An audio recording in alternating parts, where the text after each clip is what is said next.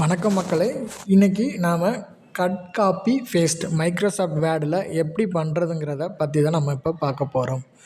So கம்ப்யூட்டரை on பண்ணோன்னே இந்த ஓப்பனிங் ஸ்க்ரீனை தான் டெஸ்க்டாப்னு நம்ம சொல்லுவாங்க. ஸோ இந்த டெஸ்க்டாப்பில் உள்ள ரைட் கார்னரில் தான் ஸ்டார்ட் பட்டன் இருக்கும். நம்ம இந்த மைக்ரோசாஃப்ட் ஆஃபீஸ் ஓப்பன் பண்ணுறதுக்கு ஸ்டார்ட்டை கிளிக் பண்ணி மைக்ரோசாஃப்ட் அப்படிங்கிற அப்ளிகேஷனை நம்ம கிளிக் பண்ணுறோம். ஸோ இதில் பார்த்திங்கன்னா நிறையா அப்ளிகேஷன் இருக்கும். பட் நமக்கு மைக்ரோசாஃப்ட் ஆஃபீஸ் வேர்டு தான் நமக்கு வேணும். ஸோ அப்போ மைக்ரோசாஃப்ட் ஆஃபீஸ் வேர்டு அப்ளிகேஷனை ஓப்பன் பண்ணிக்கிறோம்.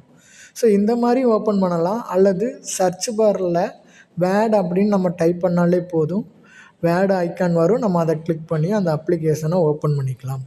ஓகே. ஸோ இன்றைக்கி நம்ம வீடியோவில் கட் காப்பி பேஸ்ட், அதாவது காப்பி பண்ணுறது, பேஸ்ட் பண்ணுறது, கட் பண்ணுறது எப்படி, டெலிட் கீ எப்படி யூஸ் ஆகுது, ஃபங்க்ஷன் கீயில் பேக்வேஸ் எப்படி யூஸ் பண்ணுறோம், இட்டாலிக், போல்டு, அண்டர்லைன் இதெல்லாம் எப்படி பண்ணுறதுங்கிறத நாம் இப்போ பார்க்க போகிறோம். ஓகே.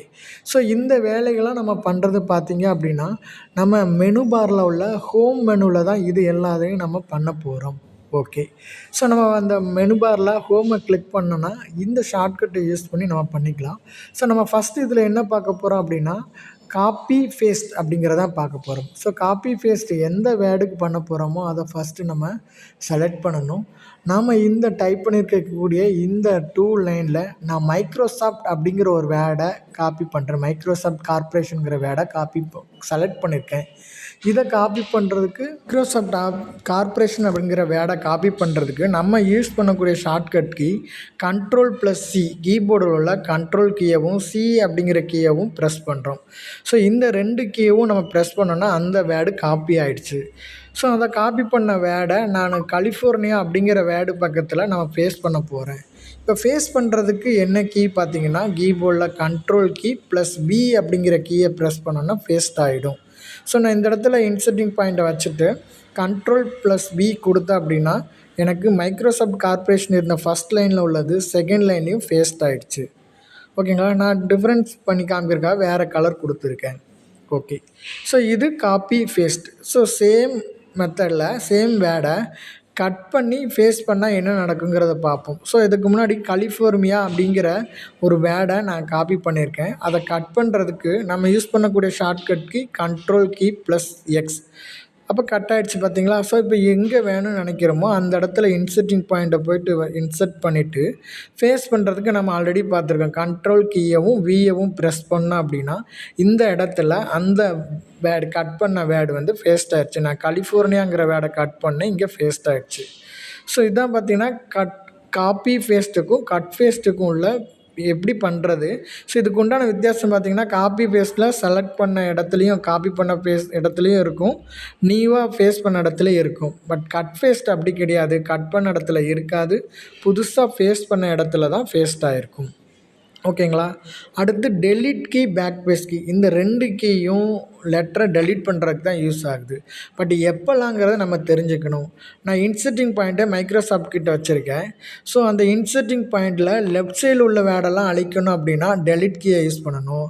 ரைட் சைடில் உள்ளதை அழிக்கணும் அப்படின்னா பேக்வேஸ் கீயை நம்ம யூஸ் பண்ணணும். ஓகேங்களா. ஓகே. இப்போ நான் இன்சர்ட்டிங் பாயிண்ட்டுக்கு லெஃப்ட் சைடில் உள்ள வேர்டை அழிக்கணும் அப்படிங்கிறதுக்காக நான் என்ன பண்ண போகிறேன் அப்படின்னா இந்த பேக்வேஸ் அப்படிங்கிற கீயை ப்ரெஸ் பண்ணேன் அப்படின்னா இன்சர்ட்டிங் பாயிண்ட்டுக்கு வலதுபுறம் உள்ள லெஃப்ட் சைடில் உள்ள லெட்டரை அழியுது.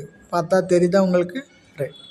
இதே மாதிரி இன்சர்ட்டிங் பாயிண்ட்டுக்கு ரைட் சைடில் உள்ள வேர்டை நம்ம டெலீட் பண்ணணும் அப்படின்னா டெலிட் கீயை ப்ரெஸ் பண்ணோன்னா அந்த மைக்ரோசாஃப்ட் அப்படிங்கிற வேர்டு லெட்டர் பை லெட்டராக டெலீட் ஆகிட்டு வரதை நம்மளால் பார்க்க முடியும். ஓகேங்களா. ரைட்.